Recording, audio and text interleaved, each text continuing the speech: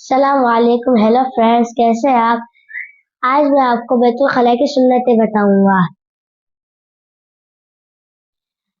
रसूलुल्लाह सल्लल्लाहु अलैहि वसल्लम जब भी बैतुल तशरीफ ले जाते तो सर ढाँप कर और जूता पहन कर तशरीफ लेके जाते और बैतुल खला यानी बाथरूम में दाखिल होने से पहले दुआ पढ़े।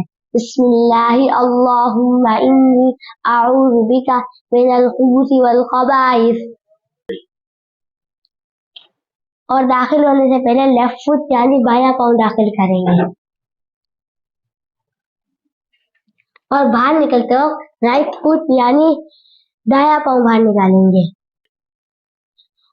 और बाथरूम से बाहर निकलने की दुआ पढ़े।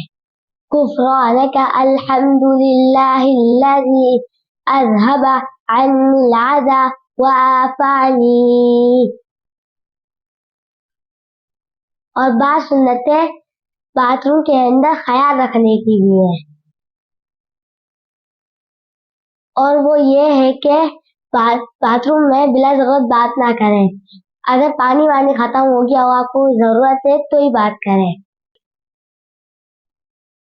और जरूरी ये है कि पाकी हासिल करते वक्त लेफ्ट हैंड से पाकी हासिल करें, राइट नहीं।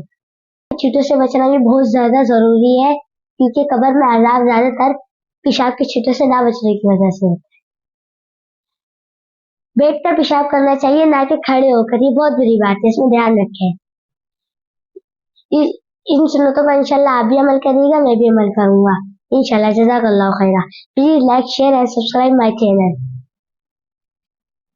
पानी बहुत हल्का आ रहा है।